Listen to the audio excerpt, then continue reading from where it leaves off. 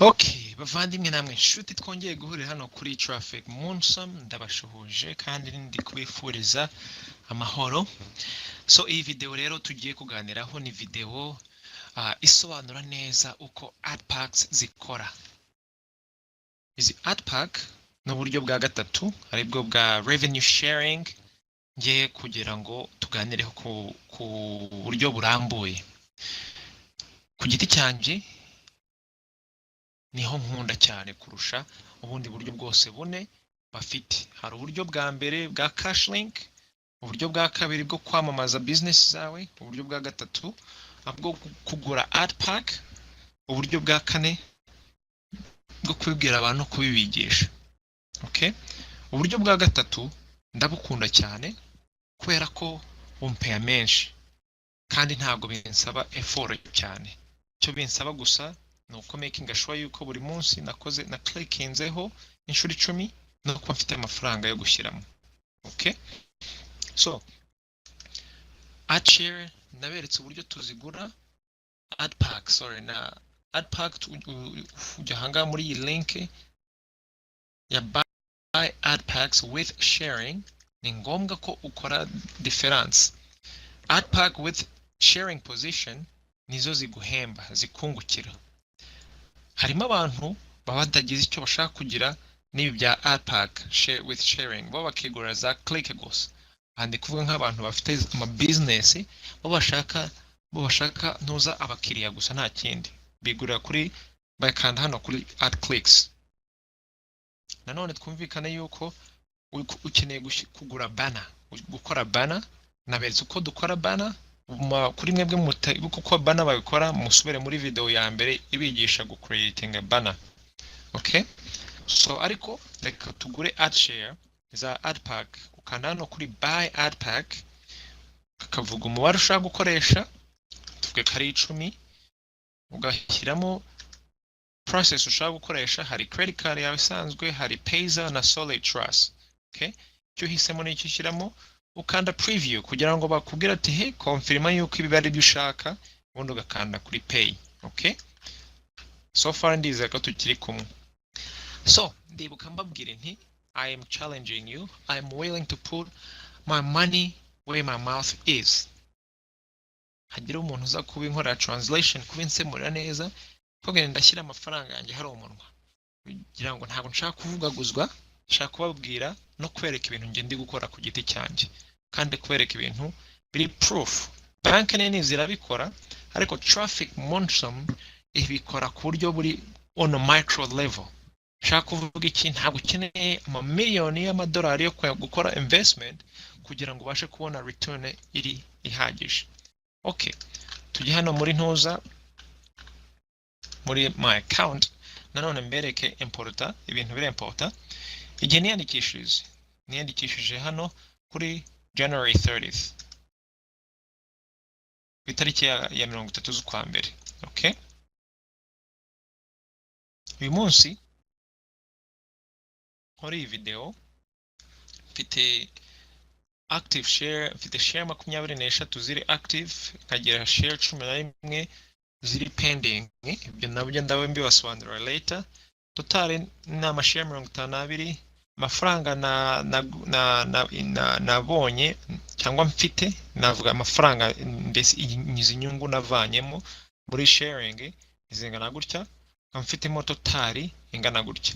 Iyi total ihwanye na komisiyo hamwe na za cash link na refers. Total yose ni 833.76. Muri ibyo ngibyo 1530 nayo navanye muri sharing, kugura ama ad pack gusa. Nkaba ngiye kubibereka kuko ngira ngo tube transparent ibyo ndi kuvuga, kandi mbereke yuko nta banga ririmo, ni amategeko yo muri economy ukoresha mu gihe uyumva neza. Okay, kambajyane hano muri payment history. Impamvu mbazanye hano muri payment history no kugira ngo mbereke yuko nta mafaranga menshi nigeze nkoresha kugira ngo mbyaze kiriya 1500, kugira ngo mbyare iki 1530 muri aka kanya mfite. Ikindi pay attention, reba uyu mubare muri aka kanya turi kuvuga iyi video ni amadolari 7.71. Niturangiza video ndaza kubereka muri amafaranga ari ko angana, kandi ni amafaranga ari kuza ubwayo, ntago ari nge uri kujya kuyashaka, ari kuza kubera ko mfite izi sharing ziri active. Okay, dusubiremo hano. So ku itariki ya 30 ndiyandikisha, ntitangura share ebyiri, nashyizemo amafaranga 100 mu kwa kabiri, ku itariki ya mbere ongeramo irindi 100, ku itariki ya gatatu irindi 100, amajana 2, ku itariki ya gatanu irindi 100. So ku mafaranga navanye ku mufuka wanjye na amafaranga ngahe 500. Okay, nakoresheje PayPal. ndi kujya gukoresha ntuza, ndi kwinjizamo ayo mafaranga. So by the way, nimba mwarebye neza ntago PayPal igikorana na Traffic Monsoon. Okay, so ni mpamvu hari Payza, Solid Trust na Solid Trust, ubundi hari Payza, Solid Trust na PayPal. So kuri mu kwa mbere PayPal yagihari, nari mfite PayPal account niyo nakoresheje. Okay, so aya mafaranga 500 ya mbere yanjye. So ku itariki ya gatanu nari mfite totali ya 500 all together, bihwanye na sharing 10, kuko buri share, buri $50 iguha share rimwe, amafaranga 500 ni share 10. So ku itariki ya karindwi nari namaze kubyara amafaranga 50 mu minsi 2 gusa nyuma yaho ngaho. Kubera iki? Ni ukubera ko kuva kuri January 30th kugera kuri February 7th bampaga umubare uhwanye na share mfite z'uwo munsi. Urugero reka mbibahe kugira ngo twumvikane neza, sibyo? Ku itariki ya 30 naguze share ebyiri ku mafaranga 100. Bivuga iki? Bivuga ko kuri February 1st iyo mba ntatanze amafaranga 100 yandi, nari kuba deje namaze kunguka nibura amadolari 2, kubera yuko nari mfite share ebyiri naguze umunsi wa mbere yaho. So not only that, ku itariki ya mbere narebye ndavuga nti share, the more ngira kuri share, the more money mpembwa buri munsi, the more money ugira buri amafaranga wunguka buri munsi, bishobora bituma ubasha kugura izindi share muri future. Kuko deja nari numvaga neza iyo formule, ndavuga nti ni ngombwa ko nyishyira muri pratique. So nihaye go ndavuga nti nibura nkeneye kugura share 10 kugira ngo nzibyaza andi mafaranga, sibyo? Alright, so 10 nabasha kuzigeraho ku itariki ya gatanu, totale y'amafaranga nari ngezeho ku itariki ya karindwi yari 50. 50 aho kugira ngo nyashyire mu mufuka wanjye, nahise decidinga kugura iyindi share. Ubwo ngomba ngize share 11, sibyo? Kuri izo share 11 ku itariki ya 12 nari namaze kunguka andi 50 minimum ngura indi share. Okay, ubwo ngize share 12.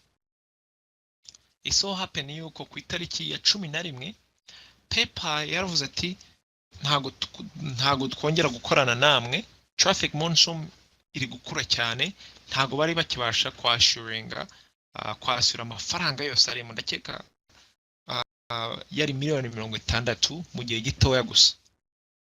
So PayPal ihagarara gukorana nabo.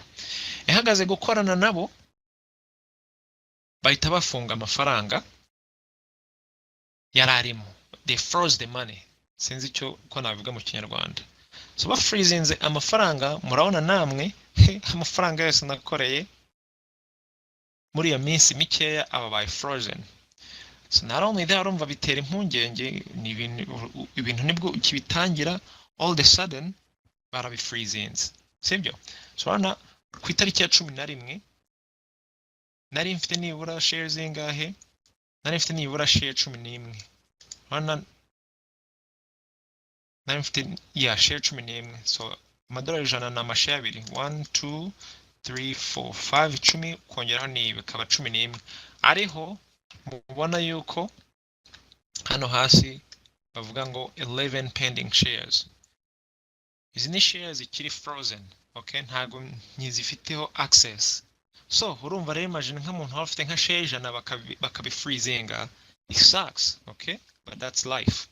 Anyway, noneho kuko deja nge numvaga iki business irimo gukora, ndavuga nti okay, amafaranga yacu muzayatuha ryari? Bavuga ko bagiye gukora bagiye guperereza bakaba sure yuko i business ari nzima kandi n'amafaranga ari amafaranga mazima.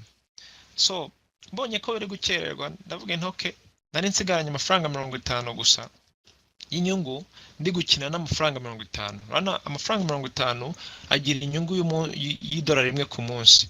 Kuva kuri 12 kugera kuri 25 nabonaga idolari rimwe gusa or more ku munsi.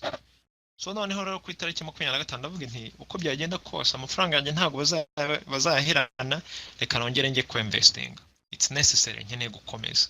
Okay, kuri mwese aba businessmen, aba business cyangwa se aba business women, nabwira yuko iyo wumva neza umurimo uri gukora, life happens.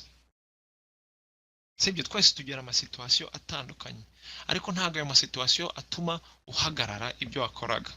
So kuri 25 navuze nti you know what, ntago mfite amafaranga 500, ariko reka nongere nshyira amafaranga 200. So ayo 200 ngura share enye, sibyo, ku 200 tugabanyije 50 ni 4, wongeraho ni share imwe nari nsigaranye, biba bibaye share 5. Okay, so now kumvikane neza kugira ngo mwumve neza ukuntu i business ari business hatari. Aya mafaranga 250 mubona hangaha, okay,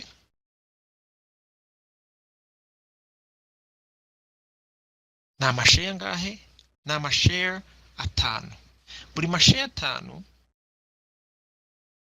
ku munsi, meaning na amadolari 5 ku munsi nunguka.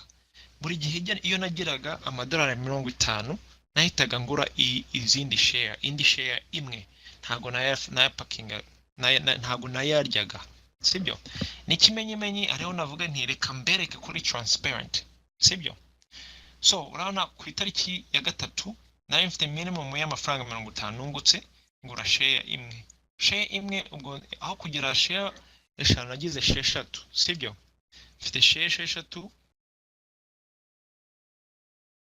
kuri Mars ku itariki ya 9 nari nongeye kugira 50, bangize shares 7. By the way, ntago bikomera kumenya igihe amadolari 50 yagira, no gufata 50 ukagabanya na share ufite, biguha iminsi ishira mbere yuko ubigeraho. So kuba icyo gihe kugera muri iyi minsi ishize, reka mbereke ntuza rwose yose. Dore hano hose nta na hamwe mubona ko nongeye gushyiramo indi payment, with the exception y'ahangaha gusa. Mureba ahandi hose nta na hamwe muza kubona narigeze nshyira amafaranga yanjye avuye kuri pocket. Ni importa ko mubyumva. Kandi nanone muteranye amafaranga yose y'inyungu nabonye, muraza kubona yuko ahuye n'aya mafaranga. Uyu munsi turi ku itariki ya kangahe? Turi ku itariki ya 24 muri June, sibyo. Ku itariki ya 24 muri June, kuva kuri February 25, sibyo, natangiranye nashyizemo amafaranga ahe 200.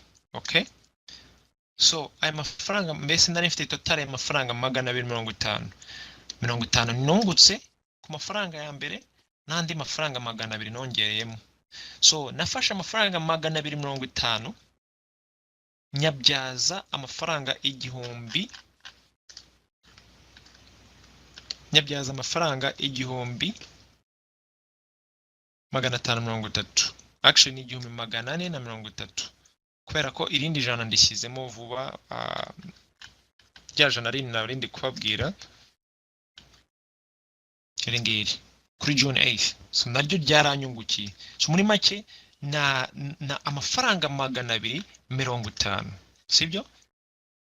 ayo mafaranga 250 yanyungukiye close to 1400. Navuga nti 1400, 1450 minimum, kuko ririya jana rindi nshobora naryo kuri karikira nkari amafaranga ryango actually reka tubikore kugira ngo mbe a little bit more sure, sibyo? Amafaranga ijana kuva kuri June 8th, sibyo? Yeah, sorry iyi video ifashe akanya, ariko ni necessary yuko ubyumva neza kugira ngo tube turi ku murongo umwe. Kuri June 8th, sibyo?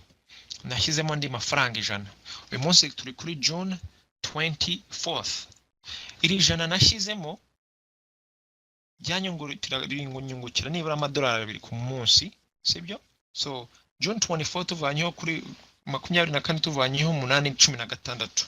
So aya mafaranga ijana yanyungukiye amadolari 32 kuko ari amadolari 2 ku munsi dukubye n'iminsi 16. Okay? So reka nongere rero mpindureho gatoya. So amadolari 32. Urabona ya madolari 250, sibyo? Natangiranye kuri February 25th, ku itariki 25 z'ukwa kabiri, yambyareye amadolari 1498, sibyo? Ni 1530 tuvanyeho amadolari 32, ririya jana rindi ryanyungukiye. Okay? So now reka rero mbabazi duhagarare. Again, iyi mibare ndi kwereka ahangaha ntago ndi kubirata ngo ni amafaranga gutyo, ndi kubereka gusa possibility y'amafaranga mushobora gukorera.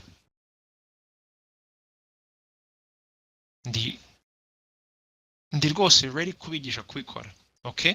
So nakoreye amafaranga 1498 mu mezi angahe?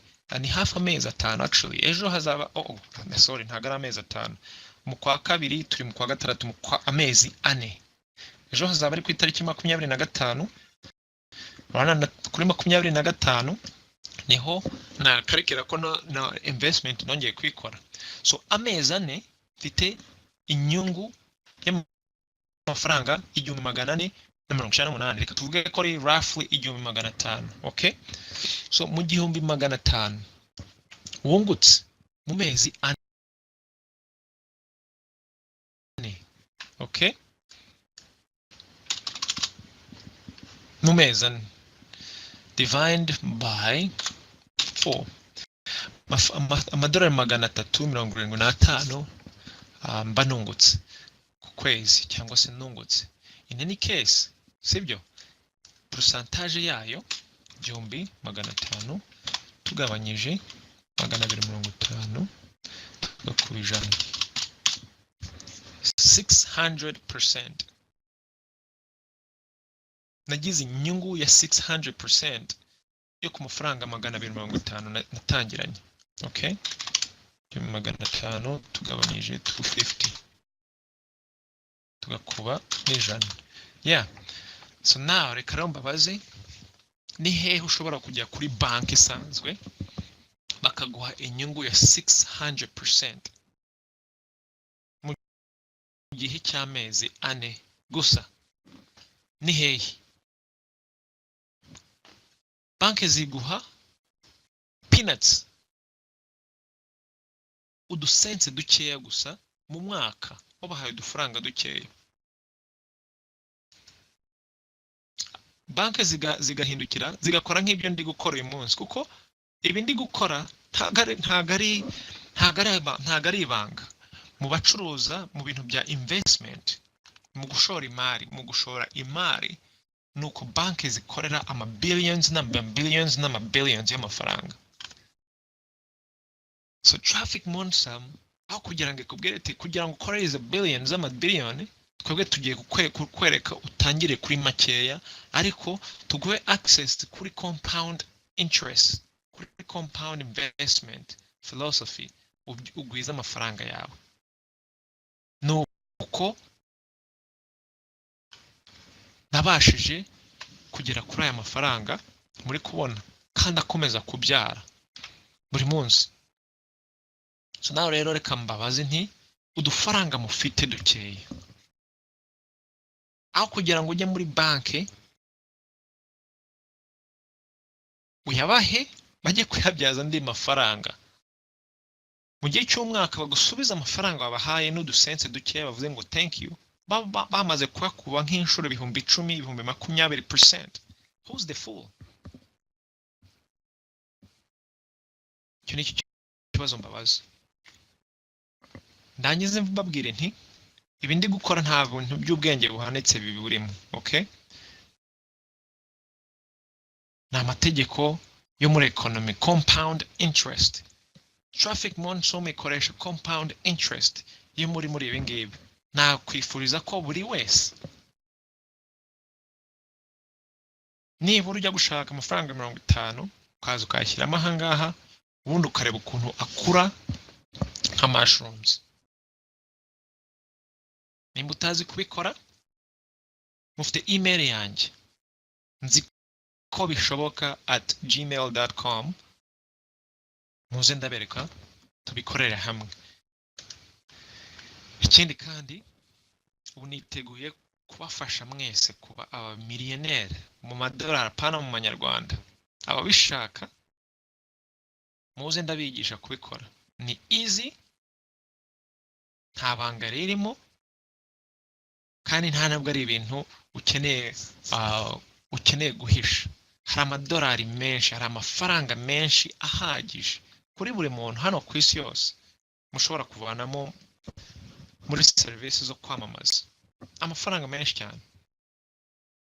Kubera rero iyo mpamvu ntabwo ushobora kuyarya ngo uyamare uri umuntu umwe, n'igihugu kimwe ntabwo cyayamara. Okay? So amafaranga arahagije ashobora gukwirakwizwa muri twese. Murakoze cyane kuba mwakurikiranye iyi video. Sorry yafashe umwanya muremure, ariko byari ngombwa kugira ngo mbasobanurire neza uburyo bwo gukoresha AdPack kugira ngo mubone amafaranga yunguka vuba cyane. Murakoze cyane kandi mugire umunsi mwiza.